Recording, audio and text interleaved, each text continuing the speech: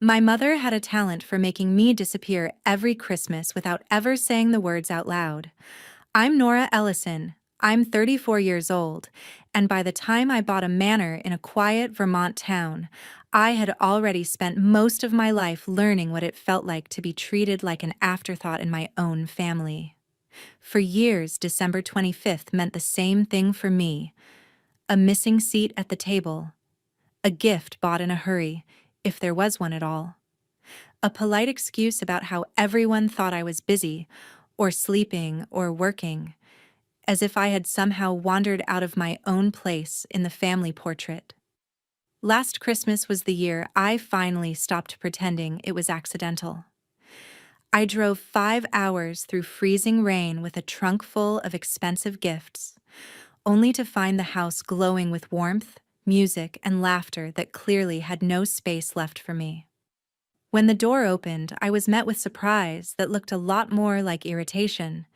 I stood there in the cold, holding bags in both hands, while the person who should have wanted me there acted like I had shown up uninvited to someone else's celebration. That was the night something in me went still. So this year, I bought myself something no one in that family could take credit for: a manor. Old stone walls, iron gates, and enough silence to finally hear my own thoughts. I thought that would be the end of it. I thought distance, paperwork, and locked gates would be enough. I was wrong, because the moment they found out I had something beautiful, something valuable, something they could use, they remembered me all at once. And when they came to my gate, they didn't come with apologies. They came with a locksmith, a story, and a plan that would have ruined me if I had still been the woman they thought I was. Before I tell you how they found me and why they thought they could take what was mine, tell me where you're listening from tonight and how late it is where you are. Because this Christmas story went a lot farther than my family ever expected. Hey, does the weather where you are feel perfectly in tune with your current mood right now? I did not buy the manor because I wanted to feel rich. I bought it because I was tired of feeling reachable. After last Christmas, I changed everything in ways no one in my family would notice until it was too late. I changed my number. I locked down every old account they might use to track me. I moved my mail through a private box 2 towns over. I stopped posting photos, stopped commenting, stopped leaving any little digital fingerprints that could lead them back to me. At work in Boston, I kept my routines clean and boring. I showed up, did my job, came home, and spent nights building the one thing I had never had in that family: a plan that belonged only to me. The manor found me in late spring, buried in a quiet Vermont listing that most people would have skipped past because the place looked too severe, too old, too remote. The house sat on a hill outside Evergreen Hollow, wrapped in stone and silence, with iron gates at the entrance and enough land around it to make the rest of the world feel far away. The locals called it Blackthorn Manor, and it came with layers of legal protection because it was part of the historic district. Most buyers would have seen red tape. I saw armor. I bought it through a trust structure that made the paperwork harder to follow than a normal deed. That mattered to me.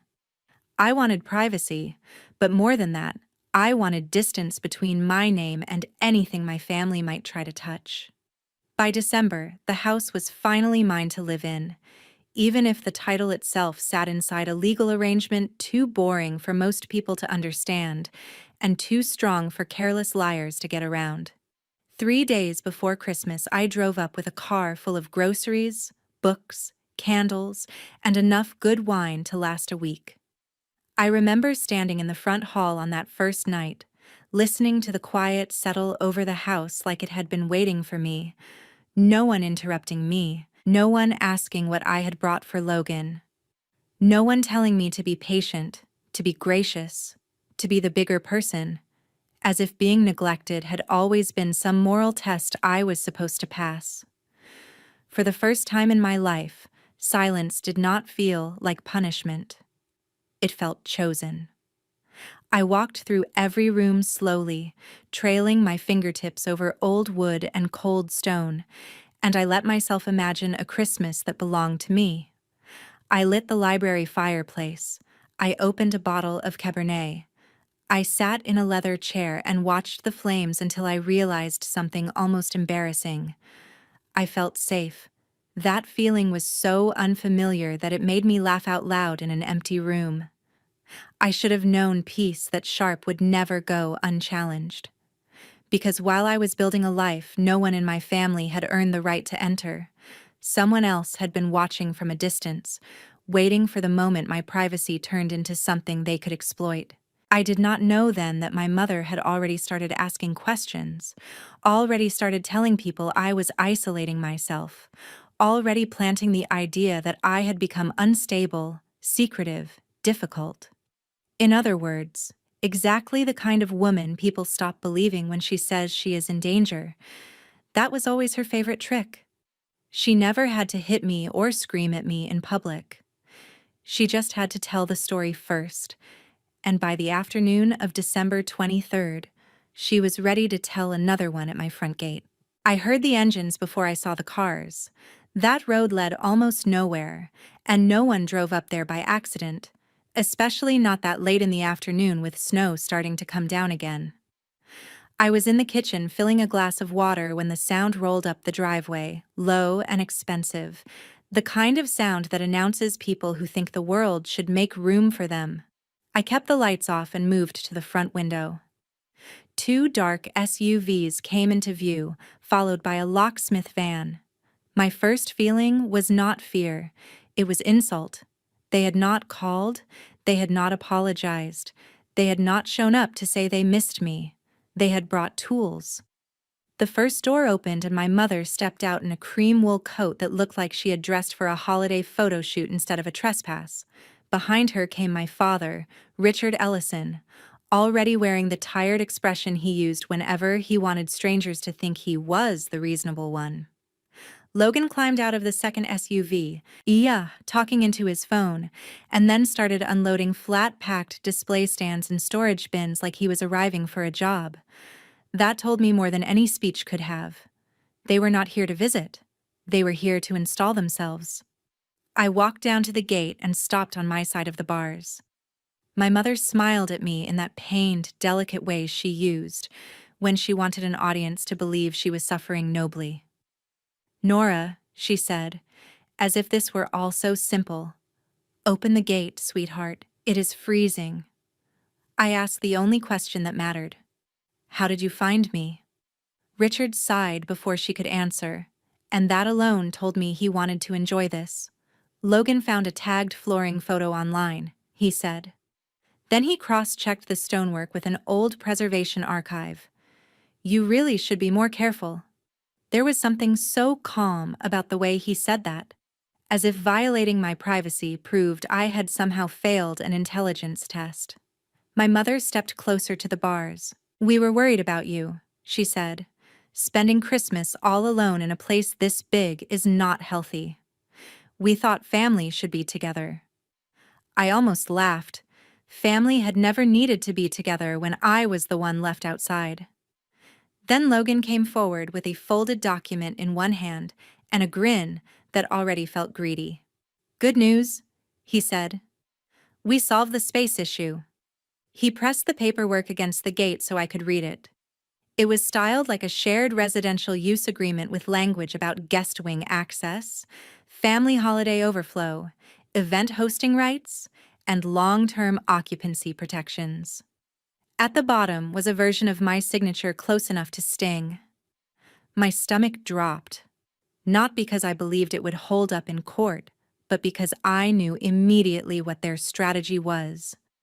Get inside first, create a scene second, force me into a slow legal mess while they turned my house into a set for whatever disaster Logan was currently selling online. I looked up at him. "This is fake." My mother dabbed at the corner of one dry eye and turned slightly toward the locksmith, making sure he could see the profile that had gotten her sympathy from churchwomen and caterers and neighbors for 30 years. "She is confused," she said softly. She has been under so much stress. We are just trying to help her." The locksmith shifted uncomfortably. Richard took over, using that low professional tone that had gotten him out of responsibility his whole life. "We have an agreement and a family situation," he said. "She gets overwhelmed. We are only trying to settle in quietly." Then Logan nodded toward the keypad and the locksmith stepped forward with his drill. It was that casual, that entitled. They did not even pretend long. They expected me to panic, to start shouting, to become the unstable woman my mother had already described. Instead, I took out my phone and started recording. My mother's smile faltered for the first time. "What are you doing, Nora?"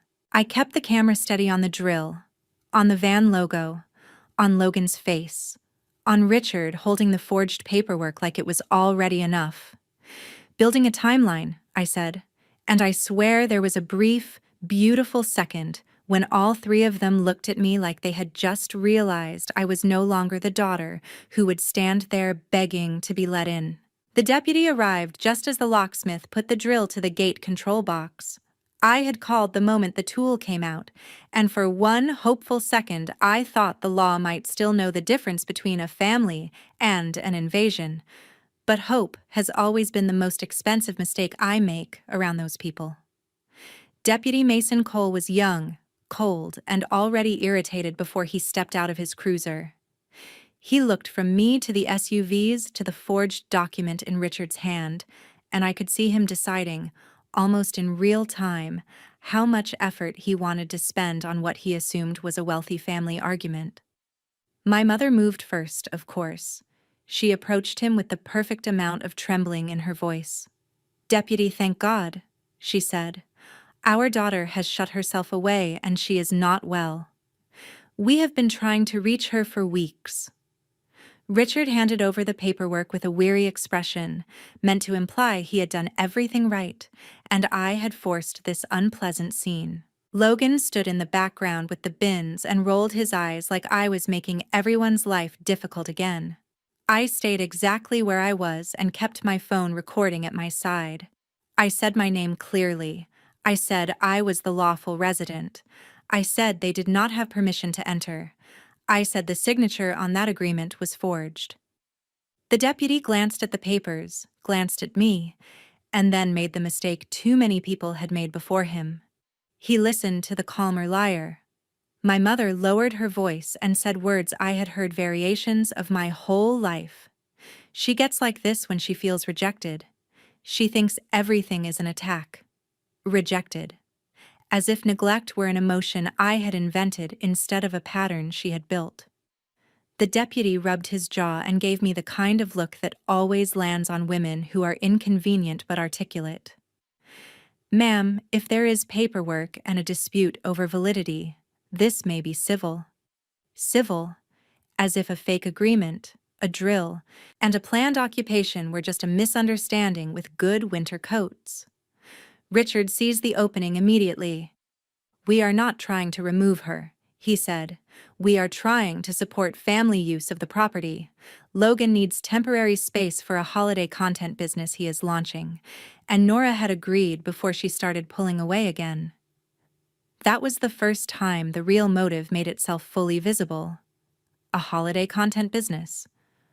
Of course, that explained the display stands, the bins, the lighting cases still in the back of the SUV. Logan had not come to live quietly in a basement. He had come to turn my house into a backdrop he could monetize while my mother played gracious hostess, and my father called it helping. I asked Logan directly, still filming, "Are you trying to run events out of my home?" He smirked. "It is not your home like that, Nora. That line stayed with me. Not your home like that. Because underneath every lie my family ever told, there was always the same belief. Nothing that belonged to me really counted as mine if they decided they wanted it." The deputy told everyone to keep the peace and stopped short of removing them. He did not give them full permission, but he did something almost worse. He created ambiguity, the kind selfish people live on. The moment he stepped back toward his cruiser, Logan started unloading more equipment onto the roadside shoulder. He was already placing a call, giving my address to someone and saying the words, transfer service and seasonal business use. That was when I called Elena Vargas. She picked up on the second ring, and I gave her the facts fast. Forged occupancy agreement, attempted forced entry, possible utility fraud, preservation district property, active police presence. Elena did not waste time pretending this was ordinary. Nora, she said, do not let them bait you into a screaming match. Record everything. Ask the deputy to verify title ownership, not just residency paperwork. And if Logan is using the property for commercial activity, he is about to bury himself. I looked at my family, at the bins, the fake concern, the performance. And for the first time that day, I felt something steadier than anger. I felt structure. They had shown up believing I was alone. What they had actually done was step into a system of evidence, zoning, and title law that none of them understood. My mother saw my expression change and frowned. I think that was the moment she realized her usual weapon, my silence, was not working anymore. Elena did not come in person that afternoon, but she did something better. She called the deputy directly, then emailed certified title documents to his department while I stood there in the cold watching my family perform innocence beside a locksmith van. 10 minutes later, the mood changed. It did not change all at once, and that was the satisfying part. It changed slowly, like ice cracking under too much weight. The deputy walked back toward the gate with a new stiffness in his posture and asked Richard to hand over the agreement again. Then he asked a question my father clearly had not prepared for. If your daughter signed this as owner, why is title held by the Blackthorn Heritage Residential Trust? Richard blinked. Logan stopped moving. My mother actually lost her expression for a second before she put it back on. The deputy continued, now speaking with the forced patience people use when they realize someone has tried to drag them into a lie. Ms. Ellison is the resident beneficiary and trustee occupant. She is not individually titled the way this document claims. That means your agreement has a serious validity problem before we even get to the alleged signature. Elena then joined by speakerphone, and listening to her dismantle them was almost luxurious.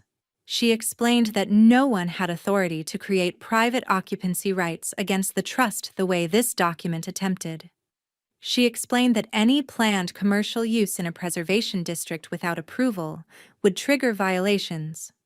She explained that if Logan had already initiated utilities or seasonal business services using my personal information, the matter had gone well beyond a holiday misunderstanding. My mother tried to interrupt with something about family generosity and concern, but Elena cut clean through it. Concern does not arrive with a drill, she said. For a moment, no one spoke. The deputy finally told them to leave the premises and stop unloading property. Logan argued first, naturally. He said this was harassment, that I had promised space, that I was sabotaging his launch. My father tried the old respectable man routine one last time. Surely this can be resolved privately. But there was nothing private left. My phone had all of it. The deputy had all of it. Elena had all of it. My mother stepped forward and hissed my name in a voice too low for the deputy, but not too low for me. You are humiliating us. That word almost made me laugh. As if humiliation had only just arrived in our family and had not been sitting next to me every Christmas dinner since childhood. They finally started packing up, but not like people who accepted defeat. They moved like people storing rage for later. Logan shoved bins back into the SUV hard enough to crack one. Richard folded the forged paperwork with a shaking hand and kept glancing at me like he was trying to memorize the version of me who had become dangerous.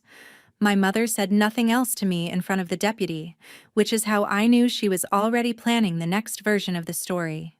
They drove off before sunset. I watched them until the taillights disappeared through the trees.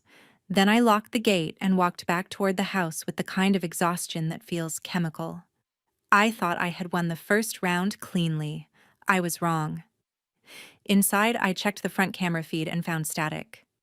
Then the side entrance feed cut out too. Logan had done something on the way out, probably at the cable junction by the stone column near the drive. He had not cut the power. He had done something more intentional. He had blinded the two cameras that mattered most if they came back after dark. A few minutes later, my phone rang from the utility company asking me to confirm a service update request I had never made. Logan had already tried to move part of the account structure using information only family would know: social security fragments, old addresses, security prompts. My skin went cold in a way the winter air could not manage. That night, I sat at the library desk under lamplight with my laptop open and built the file that would later ruin them. I froze my credit. I documented the utility attempt. I sent Elena every screenshot. I filed an identity theft report. I wrote out the timeline by hand, because sometimes anger is easier to trust when you can see it in ink. And sometime after midnight, while the fire burned low and the old house settled around me, I realized something simple and ugly. They had not come because they loved me. They had come because I had finally built something far enough outside their control that the only way to live with it was to take it back. That kind of desperation does not leave quietly. It circles and returns. By morning, my mother had done exactly what I knew she would do. She went public first. A cousin I had not spoken to in years sent me a screenshot before breakfast. My mother had posted on Facebook that she and my father had driven all the way to Evergreen Hollow to check on their isolated daughter, only to find me confused, aggressive, and hiding alone in a dark historic home after weeks of concerning behavior. The comments were full of pity for her and disgust for me. Praying for your family. She always seemed troubled. Some children do not understand sacrifice. I read every line without replying. Then I took screenshots of all of it and saved them into a folder labeled defamation. That was the difference between the old me and the woman sitting in Blackthorn Manor now. I no longer argued with lies in the moment. I archived them. Around 10, Logan tried again through a different angle. This time, it was not just utilities. He submitted a vendor inquiry for a seasonal event permit using my address and a slightly mangled version of my name, probably hoping to establish a paper trail that made it look like operations had already begun. That was when the whole shape of their plan finally locked into place for me. Logan was drowning financially and needed a prestigious holiday venue fast. My mother wanted the social image of a curated family Christmas business with her as the face of warmth and tradition. My father wanted the whole thing framed as a cooperative family arrangement so no one would ask where the money came from or why the house was being used at all. They were not trying to take shelter. They were trying to take narrative, space, and legitimacy in one move. Elena called just before noon and confirmed what I had already guessed. If they came back and attempted to stage entry again, especially with commercial materials or false authority paperwork, we could tighten everything into a much stronger criminal and civil package. June Mercer from the local paper also returned my email. She was not dramatic, just careful. She said the screenshots, the fake agreement, the utility attempt, and the preservation issues made this more than family gossip if I could prove intent and repeat conduct. I told her I thought I could. Then I made the decision that changed the end of the story.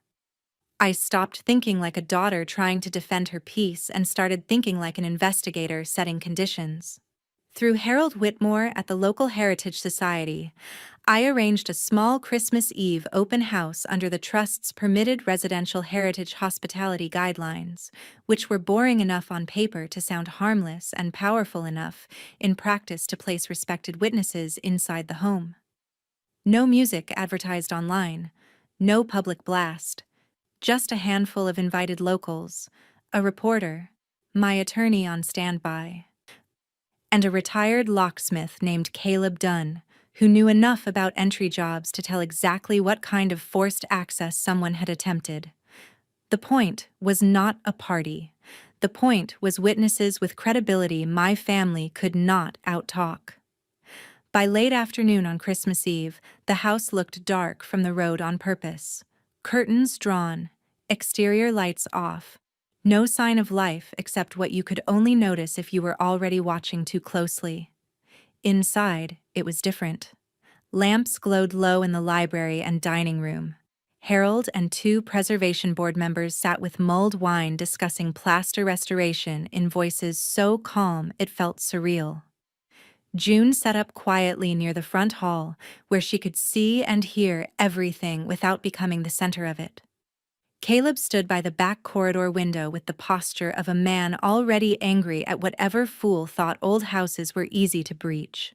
Officer Reed Porter, working private security detail arranged through Elena's network and backed by local law enforcement awareness, waited deeper in the house with another deputy close enough to move the moment entry became illegal beyond dispute. I stood in the foyer in a black dress I had chosen for one reason only. I wanted to look like someone who belonged in her own house. When 7 o'clock came and went, I almost wondered if they had finally found caution. Then at 7:14, the sensor on the outer drive pinged my phone. Headlights off, slow movement, a rental truck behind the second SUV. Not subtle anymore, not even pretending. My mother had forgotten me every Christmas until I bought a Manor. Now she was back on Christmas Eve with transport, tools, and enough nerve to believe the dark house ahead of her was empty. She was about to learn the difference between empty and waiting. From the front window, I watched them pull into the drive without headlights, which told me everything about how innocent they knew they were not. Logan jumped out first this time with a crowbar in one hand and the wild, cornered energy of someone who had run out of softer lies. Richard came behind him carrying a folder thick enough to be another performance. My mother stepped out last in a dark coat with her hair done and her makeup perfect, because even now, even at the edge of a crime, she wanted to look good doing it. There was a second locksmith, too, younger than the first, and nervous in exactly the way guilty people always are when they realize too late that someone else's family emergency may actually be a felony. No one in the house moved toward the door. That was the beauty of it. We let them prove intent without interruption. Through the old wood and stone, we heard everything. Logan saying just break the side glass if the lock fights you. Richard telling the locksmith they had power of attorney and a right to intervene. My mother raising her voice just enough to sound heartbroken if anyone happened to hear. Nora, sweetheart, open the door. We are here because we love you. There was no love in the crowbar that hit my front lock seconds later. The first strike echoed through the foyer so sharply that even the preservation board members in the dining room went still. The second blow splintered the frame enough for cold air to push into the house. Then the younger locksmith drilled while Logan pried, and Richard barked instructions. And finally the old door gave with a violent crack that sounded less like wood breaking than history losing patience. Logan stumbled in first, breathing hard, crowbar still in his fist, and for one full second he wore triumph on his face. Then the lights came up. Not every lamp in the house. Just enough. Enough to catch them in the foyer with a ruined lock, broken frame, and tools in hand. Enough for them to see me standing at the foot of the staircase. Enough for them to notice June Mercer lifting her phone to record. Enough for them to notice Harold Whitmore and the preservation board members staring from the dining room doorway, like they had just watched someone kick through a church altar. Enough for them to notice Caleb Dunn step forward and say with complete disgust, "That is forced entry." Enough for them to notice Officer Reed Porter emerge from the hallway with Deputy Mason right behind him. Flashlights hit their faces hard and fast. Hands where I can see them now. Logan froze first. My father did not. He tried one last pivot, waving the folder and talking too fast. We have authority. She is unstable. She is isolating. We are family. Officer Porter did not even glance at him. Family does not get to break a protected residence with burglary tools, he said. Logan lowered the crowbar slowly like he had suddenly remembered metal had weight. My mother stared at me with a level of hatred so pure it almost looked clean. You set us up, she whispered. No, I said. I documented you. Elena stepped in then, calm as winter, and took the folder from Richard's hand. Fake emergency authority. Invalid on its face, she said after a quick scan. Wrong execution standard, wrong witness structure, wrong property relationship. You really all committed a felony with paperwork you downloaded from the internet. June almost smiled at that, but did not stop recording. My mother tried a different angle. She began to cry, loudly and beautifully, the same way she always had when she needed strangers to see pain instead of strategy. But this time, the audience had context. June had the Facebook post. Elena had the forged agreement. I had the utility fraud trail. Caleb had the earlier timeline of manipulation. Harold had already seen the commercial bins in the first visit and knew exactly what kind of heritage violations Logan had intended. My father reached for control again and failed again. This has gone too far, he said. Nora, tell them we only came to talk. I looked him in the eye and thought of every Christmas table where I had felt smaller than the empty space beside me. Then I said the truest thing I knew. People who come to talk do not bring crowbars. Officer Porter moved in first on Logan, who panicked exactly when it counted most. He turned as if to bolt toward the open door, and the deputy caught him before he made it 2 steps. The crowbar hit the marble floor with a sound so final that my mother actually gasped. Handcuffs clicked shut around Logan's wrists. My father protested, then protested harder when Officer Porter told him to turn around too. Conspiracy, trespass, forced entry, forged instruments, attempted fraudulent occupation, he listed in that flat law enforcement voice that strips a person of all the stories they tell about themselves. Richard looked stunned, like consequences were something that had always happened to other men. My mother stood alone in the center of the ruined foyer, not yet cuffed, staring at the broken door and the witnesses and me. She tried one last cruel throw because cruelty was the only language she had ever really mastered. After everything I did for you, this is how you repay me. I took a step closer. The house was warm behind me. The snow was blowing in around the edges of the broken door. And for the first time in my life, I did not hear her words as truth, duty, or guilt. I heard them as evidence of a person who could only remember I existed when she wanted access to something I owned. Everything you ever did for me had a receipt attached, I said. Love does not break in. Love does not forge signatures. Love does not wait until Christmas to see whether a house can be turned into profit. Then Officer Porter told her to turn around, and she did. Slowly, in disbelief, as though the universe had somehow failed to recognize who she thought she was. When the handcuffs closed on her wrists, the sound was smaller than I expected. Not dramatic, not cinematic, just precise. That was what made it satisfying. Not revenge as chaos, revenge as accuracy. One by one, they were walked out past the stone columns, past the broken threshold they had created, past the witnesses they could not charm, and toward the waiting cruisers at the end of the drive. Logan cried first. My mother kept asking for a private conversation. My father said almost nothing once he realized no one cared how reasonable he looked anymore. June stayed long enough to confirm timelines and statements, and by morning the local story was no longer about a worried family and a troubled daughter. It was about an attempted holiday takeover of a protected home, forged family paperwork, and a staged public narrative that collapsed under evidence. Logan's pending business partnerships disappeared within a week. Vendors withdrew. The online accounts linked to his fake holiday venture were reported and suspended. My father spent the start of the new year paying attorneys instead of controlling rooms, and my mother, who had built so much of her identity around being seen as warm, elegant, and impossible to question, had to live with a town that now knew exactly what her tears were worth.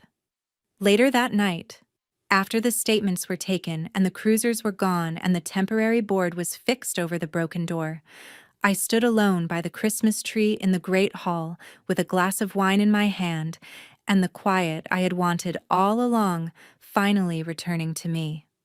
The lesson that stayed with me was not just that boundaries matter. It was that some people will call your boundary cruelty because your obedience used to benefit them. I think a lot of us are raised to believe family means access, forgiveness, and endless explanation. But family without respect becomes entitlement, and entitlement grows teeth the moment you build something it cannot control. If this story means anything beyond what happened in that house, I hope it reminds someone listening that peace is not selfish, evidence is not cold, and protecting yourself from people who keep wounding you is not a betrayal of love. Sometimes the healthiest thing you can do for your life and for your future is choose yourself before the damage becomes tradition. And for the first time in all my years, Christmas did not feel like the season I got forgotten. It felt like the night I was finally seen,